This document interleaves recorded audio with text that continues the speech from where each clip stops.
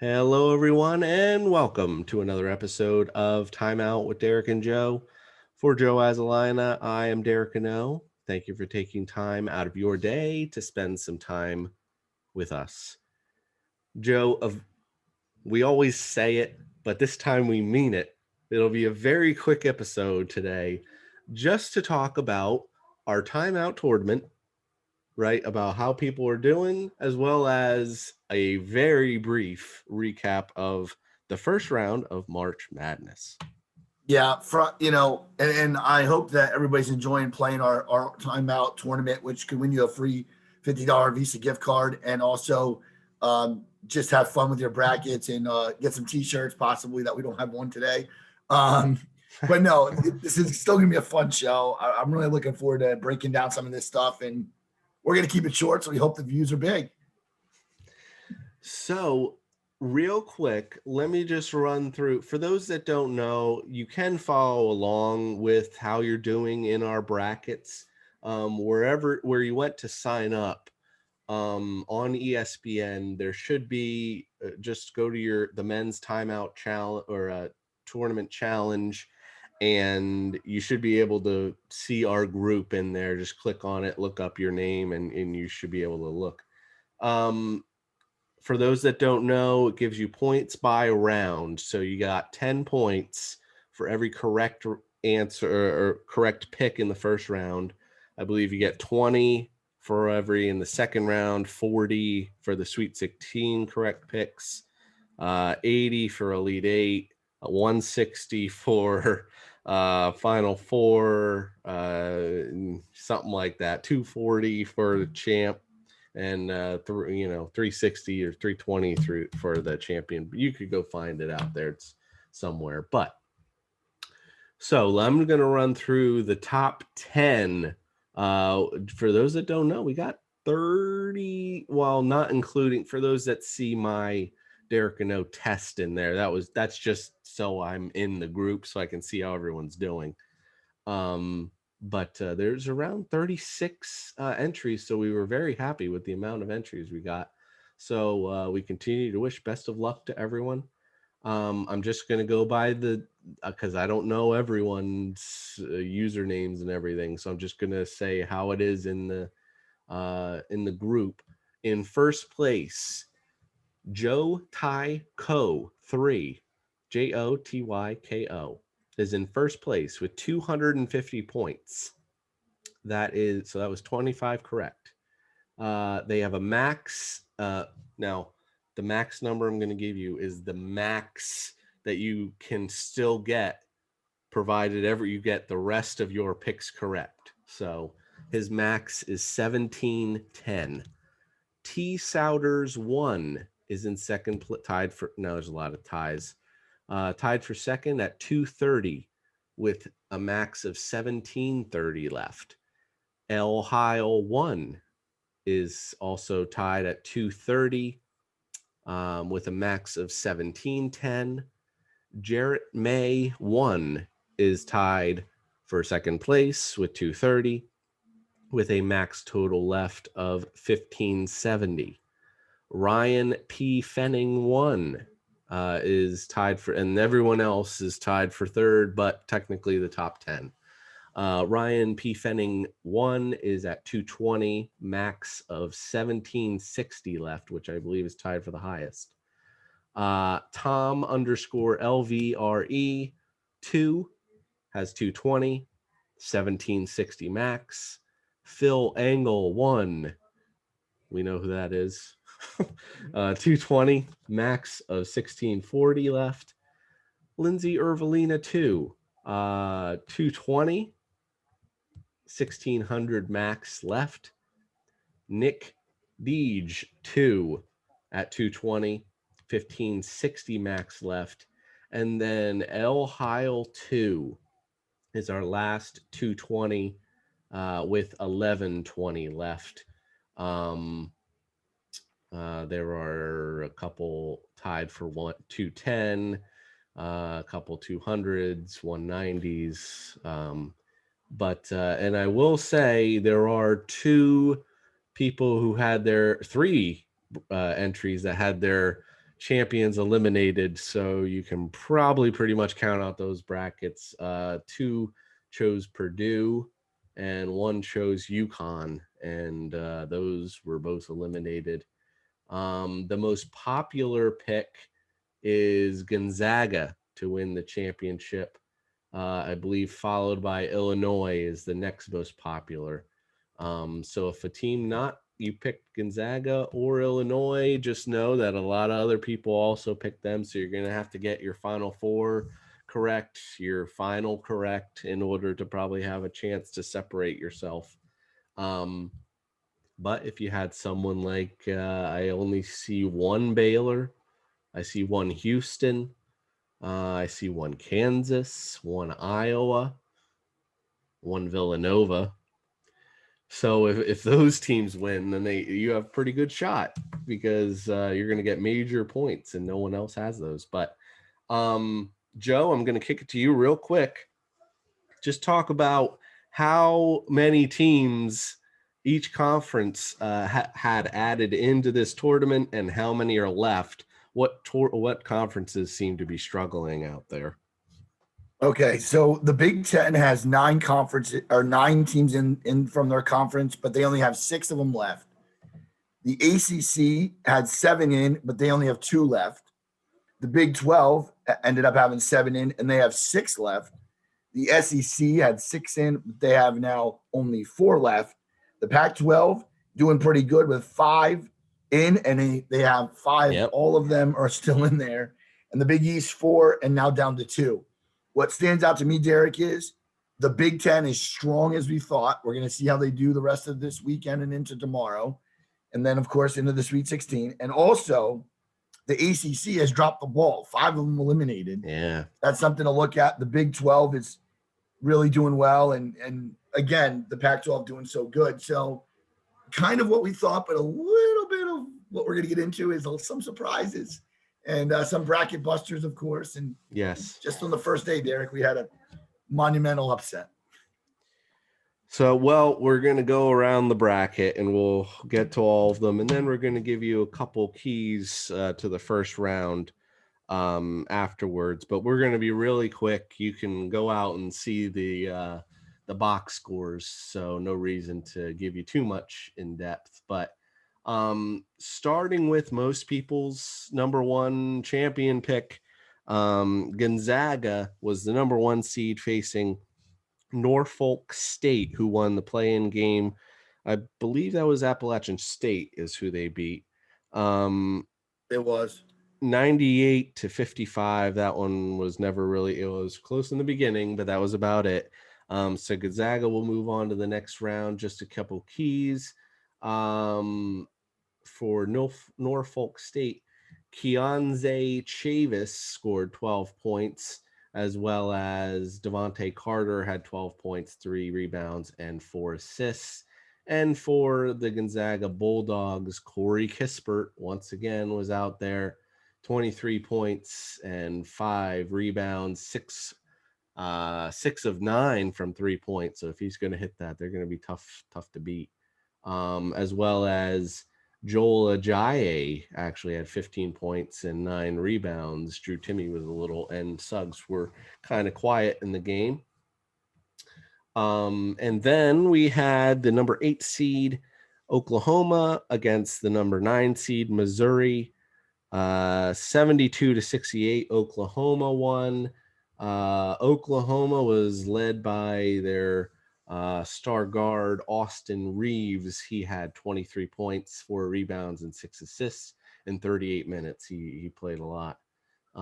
As well as Elijah Harkless, who had 16 points and 10 rebounds.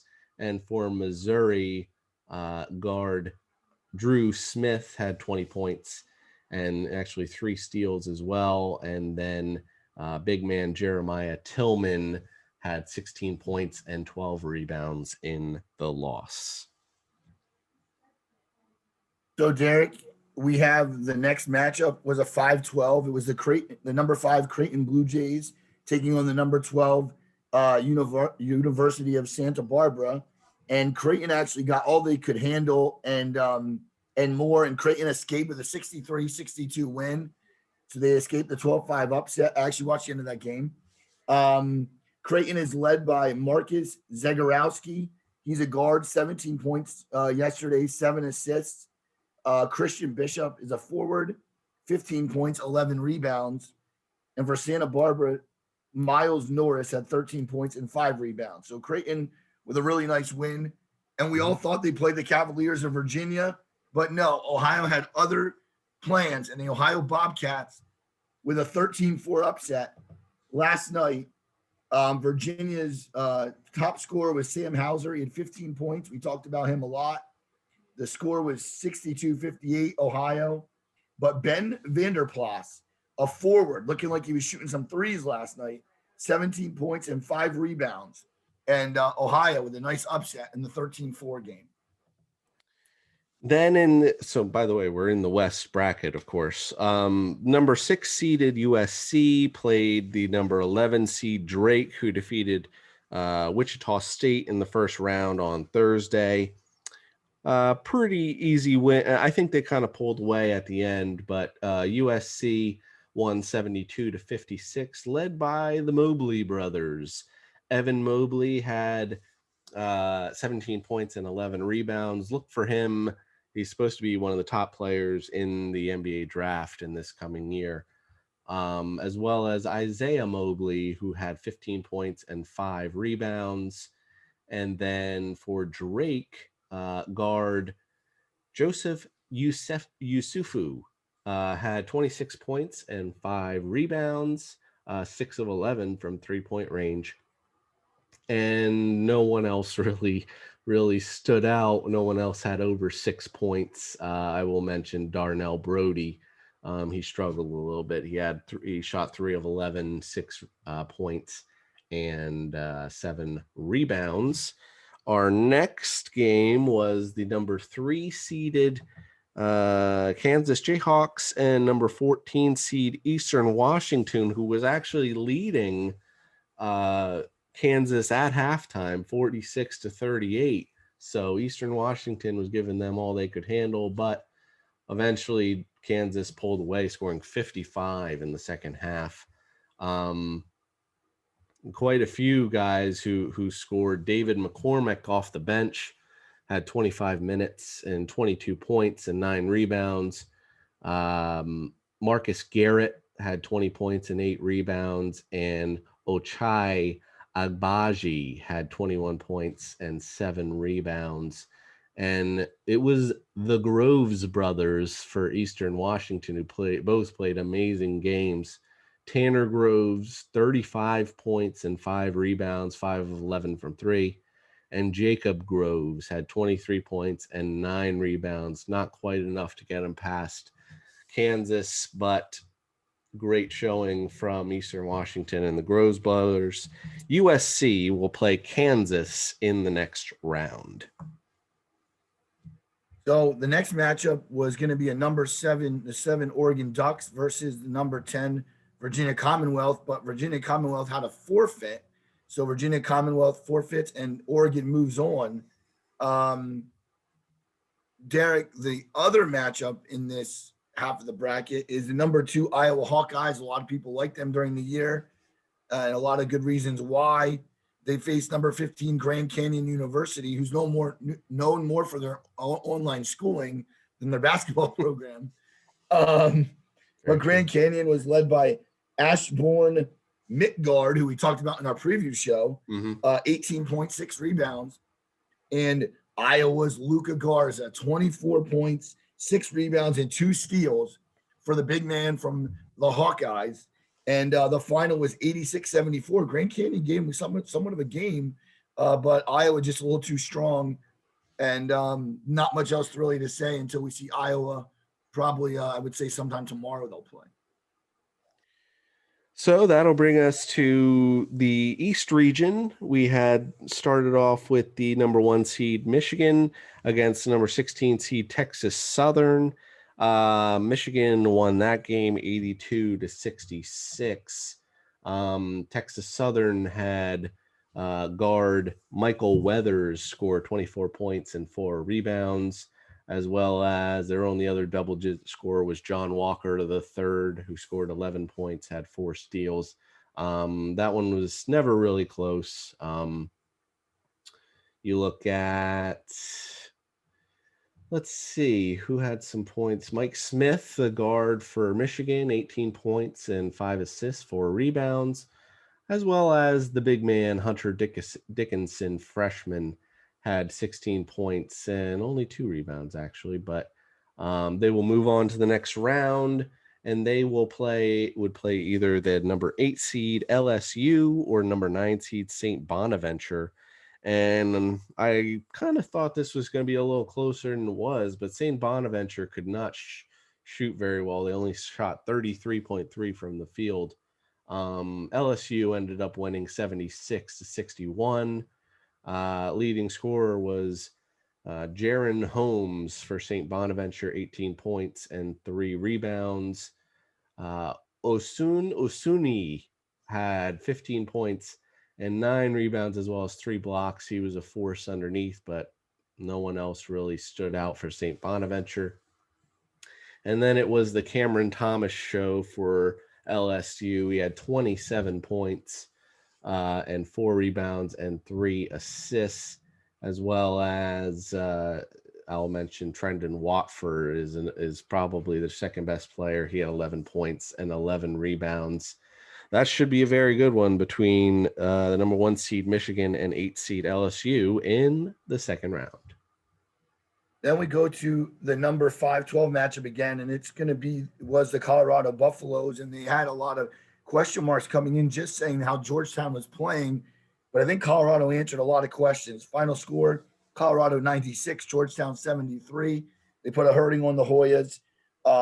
Colorado was led by McKinley Wright the fourth. He had 12 points, 13 assists. That's a great stat line. Georgetown led by Quadis Wahab, 20 points, 12 rebounds.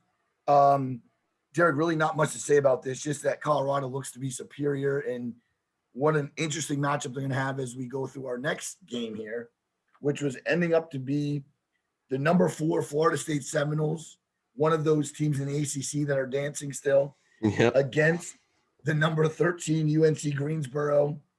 And Florida State actually, I don't want to say they struggled, but they only won by 10 points. It was a 54 final. So good job by UNC Greensboro. UNC Greensboro was led by Isaiah Miller, a guard, 17 points, 4 assists, and 5 rebounds. Great game by him. Yeah. Florida State, though, Raekwon Gray, 17 points, 7 rebounds. I just want to say, if MJ Walker plays as good as he can in this tournament, Florida State might make more noise than everybody thinks. Really talented player, and Gray's good too. We have a Florida State-Colorado matchup coming up. That's a good one. Tomorrow. It's going to be a good one. Colorado, Florida State reminds me of the old football days when those teams are matched up. So, Derek, I think we're staying in the East, and you got a pretty interesting matchup yourself here. Yeah, we had 2 upsets in the next 2 games, actually. So they'll be facing in the second round. The first upset was actually UCLA took down Michigan State in the play-in game on Thursday, which no one really saw coming. And then UCLA, the number 11 seed, took on BYU in the first round. UCLA won it 73-62, so they'll be moving on. UCLA was led by Johnny Juzang. Their guard had 27 points and 5 rebounds. And then Jamie Jaquez Jr. had 13 points, 8 rebounds, 3 assists, and 2 steals. And BYU was led by guard Alex Barcelo, who had 20 points and 5 rebounds, and as well as Matt Harms, who was their big man, 11 points and 10 rebounds for BYU. The next game was actually one of the bigger upsets in the tournament so far. Number 3 Texas against little brother in Texas, number 14 seed Abilene Christian, and Abilene Christian pulled it out very late last night, 53-52. Abilene Christian was led by, they weren't I think they did it defensively was the thing. They caused 16 or 23 turnovers actually, which is a lot. But offensively, not a ton done. But we'll go with Joe Pleasant had 11 points and 8 rebounds. And then I'll point out Damian Daniels had 5 steals on the team. So look for them to try to pressure UCLA in the next round. Texas Longhorns Bow Out, kind of a disappointing departure from the tournament after winning the Big 12 tournament.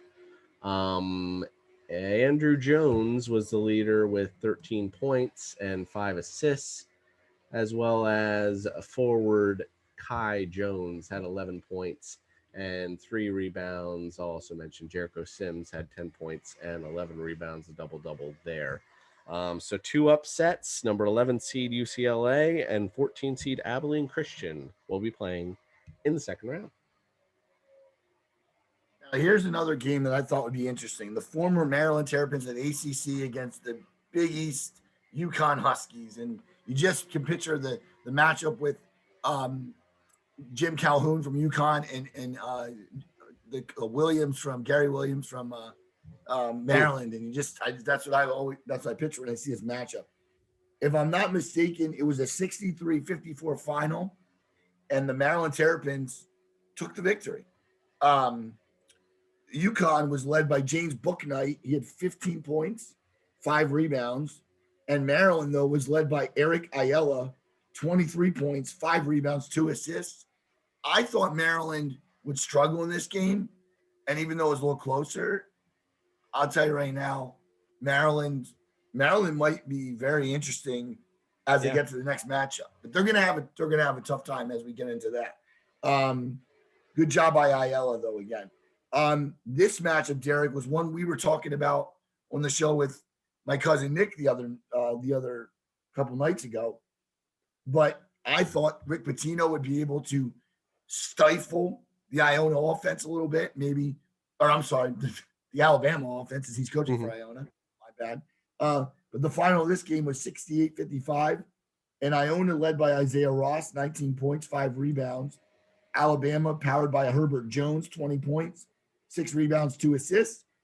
Alabama marching on in the SEC, not looking too bad. That'll move us up to the South region. Baylor was the number 1 seed in that region. They took on number 16 seeded Hartford. And I know it was a little close in the beginning as I was watching, but Baylor pulled away in the first half.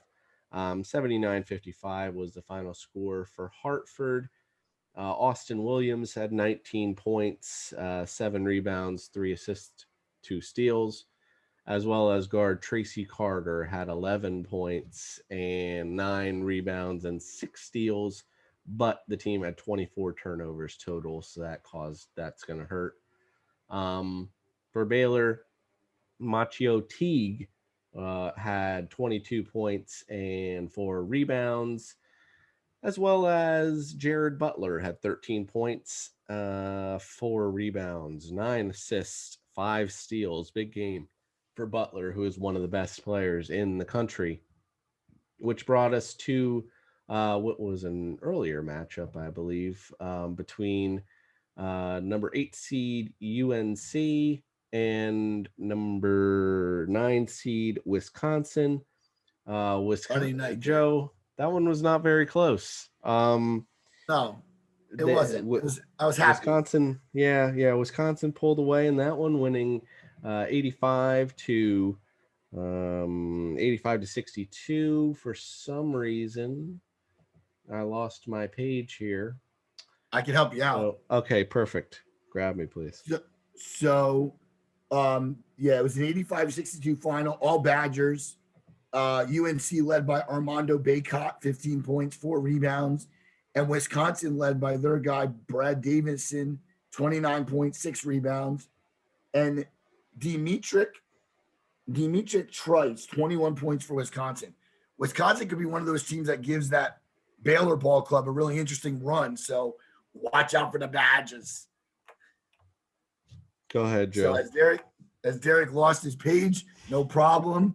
It happens to the best of us. We're going to go on, and we have the 5-12 matchup. And Derek, this is one I pointed out to you, and it didn't come true, Derek. Another game I lost. The number 12 Winthrop Eagles versus the number 5 Villanova Wildcats. And I'll root for Villanova. They're a local team. 73-63 Villanova, coached by Jade Wright. And it was Jeremiah Robinson Earl, sophomore forward, 22 points, 6 assists. Justin Moore, guard, 5 points, 3 rebounds. And Winthrop was led by DJ Burns Jr., who had 12 points. And it just wasn't enough. It just looked like Villanova had their stuff together. And will be really interesting to see what they do with a very interesting matchup, as we'll get into here. The Purdue Boilermakers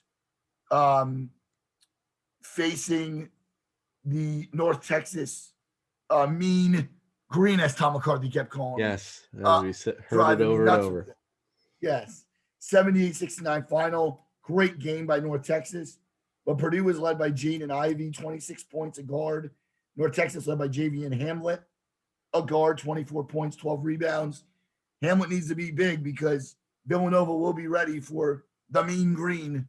And Derek, I think I helped you out with North Carolina. I hope I didn't take another team, but if I did, no, you didn't. I'm back here. So we have the number 6 seed Texas Tech against the number 11 seed Utah State. And I must say I picked this one wrong. I had Utah State, but Texas Tech came to play, and they played very well defensively, caused 22 turnovers. For Texas Tech, Mac McClung had 16 points as well as 3 rebounds, and then Kyler Edwards had 12 points, 6 rebounds, 4 assists, and 3 steals. For Utah State, they were led by Justin Bean, who had 13 points and 8 rebounds, and then a great game from Nehemias Keita, who had 11 points, 13 rebounds, 6 assists, and 7 blocks. But it wasn't enough to stop the Red Raiders from moving on to the next round. Who they would play would either be the number 3 seeded Arkansas Razorbacks or the Colgate Raiders. And Colgate was playing them very well. I did watch most of that game throughout the game, but eventually Arkansas just pulled away. Colgate was led by Nellie Cummings with 14 points and 4 assists. Their best player, Jordan Burns, had 13 points and 4 assists as well. Also had 6 turnovers. Both players shot 4 of 13, which isn't going to quite do it. Arkansas was led by forward Justin Smith, who had 29 points and 13 rebounds, as well as 5 steals. Jalen Tate also had 15 points, 7 rebounds, and 4 assists. Great game by the Razorbacks. They will be playing Texas Tech, the number 6 seed, in the second round. Takes us to another 7-10 game in the Florida Gators, the 7 seed against the number 10 Virginia Tech Hokies. The final score at overtime was Florida 75, Virginia Tech 70. What a great game with great shooting all through the game. It was the first game of the day in the tournament. Florida led by Colin Castellan, forward, 19 points, 14 rebounds, 6'10" forward. He's such a good player. And Trey Mann, who just shot the lights out, 14 points, big time scoring. Virginia Tech in a losing effort, Naeem Alian, guard, actually fouled out of the game, had 28 points. And Florida looks good, but again, will be tested by a very upstart team that we're going to talk about and almost made me cry a lot of tears on Friday night. The number 2 Ohio State Buckeyes took on that team, number 15 Oral Roberts. And another final in overtime, Oral Roberts gets the job done over the Buckeyes. It was Ohio State's E.J. Liddell, who will no doubt be a pro, 23 points, 14 rebounds. What a great game and a tough losing effort. And Oral Roberts, Kevin Obanor, forward junior, 30 points, 11 rebounds. Oral Roberts knows how to win in the tournament. They've done it before. They just busted a lot of brackets in the first day, including my own. And Derek, when you have Ohio State winning the whole thing and they lose the first day, it's a tough time. No good. That'll bring us to the final bracket, side of the bracket, Midwest, where the number 1 seeded Illinois Fighting Illini took on the number 16 seed Drexel. That one was never really close from the beginning as well. 78-49, Illinois took it. Kofi Coburn only played 20 minutes, but he had 18 points and 5 rebounds and 2 blocks, as well as Ayo Dosunmu had 17 points, 11 rebounds, 6 assists, and 3 steals for Illinois. For the Drexel Dragons, they were led by Xavier Bell with 12 points and 2 rebounds, as well as James Butler, who had 10 points and 10 rebounds, a good double-double for James Butler. The number 8 seeded Loyola of Chicago took on the Moses Wrightless Georgia Tech Yellow Jackets. For those that don't know, the best player for Georgia Tech did not play. 71-60, Loyola of Chicago won that one. They were led by guard Lucas Williamson, who had 21 points, 6 rebounds, and 4 assists. Also, guard Brandon Norris had 16 points and 8 assists. And then the Yellow Jackets were led by guard Jordan Usher, 15 points and 5 rebounds. Also 2 steals, 2 blocks, 2 assists. And guard Michael DeVoe had 14 points, 4 rebounds, 4 assists, 2 steals. They only played about 3 guys or 5 guys all game. So eventually Loyola wore them down. But that is a good, very interesting matchup between the number 1 seed Illinois and number 8 seed Loyola of Chicago in the next round. So then we go to another 5-12, and this one was really interesting. Oregon State coming in at 12 and Tennessee at 5. Tennessee had a really good year in the SEC. Oregon State, pretty good year in the Pac-12. The final was 70-56 and a 12-5 upset. The Beavers got him. Tennessee's Keon Johnson, 14 points, 6 rebounds. And Oregon State's Roman Silva, the center, 16 big points. Oregon State just is hot, and they're going to be really interesting to see in our next matchup to see how good they play. It was the number 4 Oklahoma State Cowboys taking on the number 13 Liberty Flames. What a good game. Liberty hung in the whole time. Oklahoma State got the best of them, though, 69-60 in the final. Cade Cunningham, Oklahoma State's great freshman guard, 15 points, 5 rebounds. Also, Avery Anderson, 11. I want to say, the third. Avery Anderson, the third, 21 points. For Liberty, it was Elijah Kofi, guard, 16 points, 4 assists. Yeah, Oklahoma State, Oregon State, the battle of the uniforms. They dress alike. Really interesting Pac-12, Big 12 matchup, Derek. And I'm excited to hear about this one, though, Derek. We had another upset coming here. Yep, and the number 11 seeded Syracuse and the number 6 seed San Diego State played in the first round, and that one wasn't really very close either from the beginning. Syracuse pulled away relatively quickly. 78-62. Syracuse won, moving to the next round, led by Buddy Boeheim, who had 30 points, 4 rebounds, shot 7 of 10 from 3. As well as we had Joseph Girard III had 12 points, 6 rebounds, and 7 assists. For San Diego State, they were led by Matt Mitchell. He had 17 points, 8 rebounds, and 4 assists. And Jordan Shackle had 17 points and 5 rebounds, but wasn't enough to beat Syracuse, who will be moving on to the next round to play former Big East foe, neither of which is in the Big East anymore, but former Big East foe, West Virginia Mountaineers, who played against the number 14 seed Morehead State.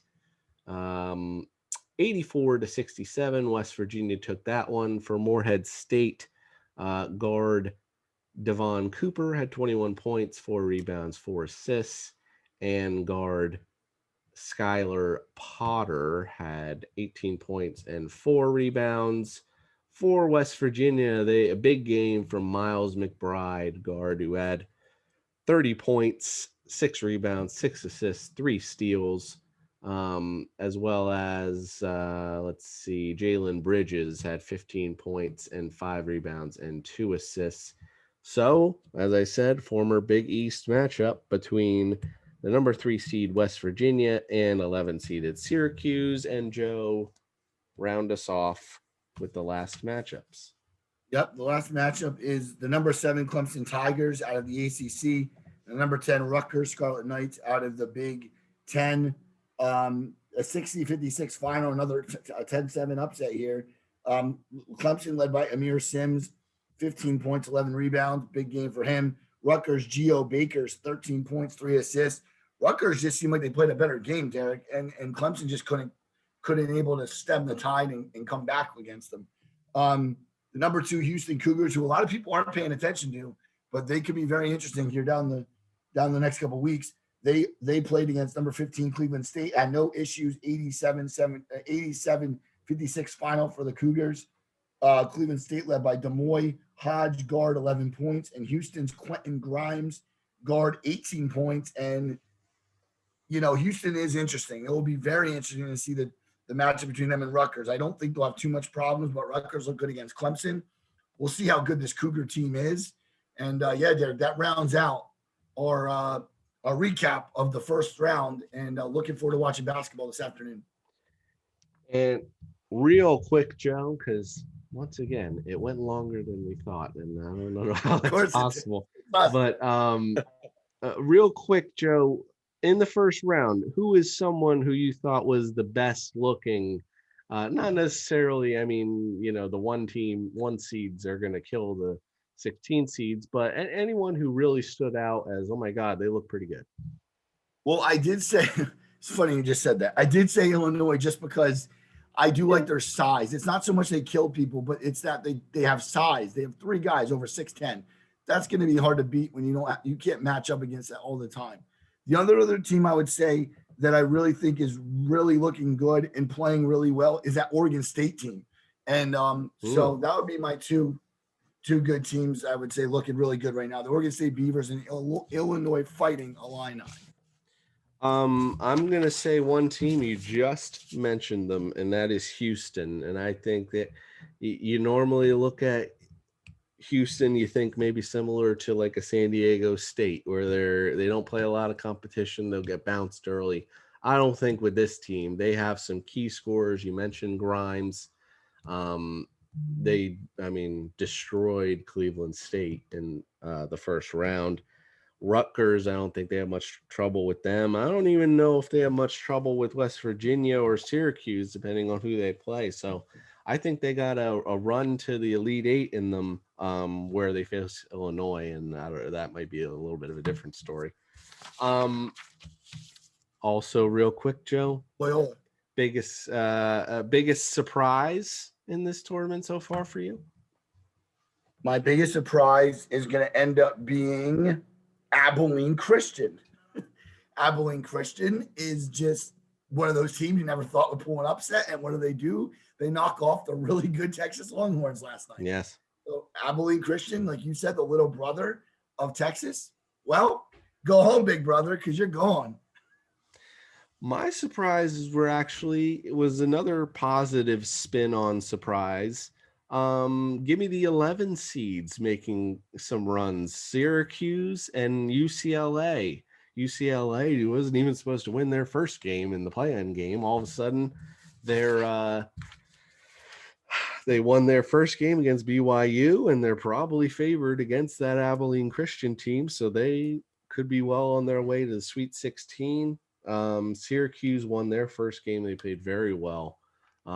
West Virginia isn't very good defensively, so I imagine Buddy Boeheim may be trying to lead that team in points again and probably give West Virginia some trouble. Biggest upset, Joe? Well, I have to go with the Oral Roberts team that killed me. Ohio State should have won that game. They had a chance in the very end with that 3-point shot, and now Oral Roberts has to be the biggest upset right now. And I'll take from you. Give me Abilene Christian. That was the big. granted, I'll pat myself on the back. I did pick Abilene Christian to beat them, but kept saying it, Derek. They caused a lot of turnovers for Texas, as I mentioned. Had them 23 turnovers to Abilene Christian's 11. That's going to be tough, but it was only a 1-point win as well. But and finally, Joe, what is your favorite matchup you're interested in the round of 32 here? I have two that I just really thought of when we're doing the show. Oklahoma and Gonzaga, because I think Oklahoma is athletic. I think they can play with Gonzaga, and I think it's going to be a closer game than people think. I'm not going to pick an upset there, but I'm going to just say it's going to be closer. And Oklahoma State and Oregon State. That's going to be interesting. Both teams playing really well. What does Cade Cunningham do? How good is Oregon State? We're going to find out. Oklahoma State, very talented. They're the two that I really believe that could be very interesting. I also wrote down two. Arkansas versus Texas Tech caught my eye. That's an interesting offense-defense matchup. McClung versus Moody. That's a very interesting one. I think and potentially that the winner of that game could make a little bit of a run because then they play either Oral Roberts or Florida. I think both teams are better than both of those teams. So, and my other one I'm interested in is Michigan versus LSU. I think that could be a tricky one for Michigan, especially without Livers in there. Yeah. So LSU has two big scorers, Thomas and Watford. They both score very well. Great offensive team is LSU, so I'm very interested to check that one out. But we went over. But there's our recap of the first round of the NCAA tournament. I don't have our little schedule that I created in front of me, but I believe we're going to try to, at the end of the second round as well, we're going to let everyone know how you're doing, and probably throughout the tournament. So best of luck to everyone as we continue. We're glad that everyone got involved. We're very happy to see it. And whoever comes out on top again, we'll get the $50 Visa gift card as well as a timeout t-shirt to first, second, and third place. Joe, last thoughts before we move on? Just a good show. And we always go over, so this is no surprise, but not over by a lot. And yeah, exactly. It's not a huge deal, but no, good recap. And we will, like you said, come later in the week. No date to be announced, but we will be coming back to talk more about the tournament. And we'll also have a baseball show coming up very shortly. So we'll be doing that too, to round out our divisional teams. So, but no, Derek, good times on this. Beautiful, gorgeous, blue sky and sunny and blue skies. I screwed that up. Sunny and blue skies Sunday morning, the afternoon here. So let's watch some basketball, Derek. Yep, let's get going. We're only minutes away, so better get down there. Well, thank you very much, everyone, for taking time to check us out. Don't forget to follow us on YouTube, all podcast platforms, Facebook group. If you're on the Facebook page, please go follow the Facebook group because that's where we're going to be putting everything up from now on. Any questions you want to send us, timeoutderekandjoe@gmail.com. We're always here. Thank you, everyone, for taking time out of your day to spend some time with us. Everyone stay safe. Take care.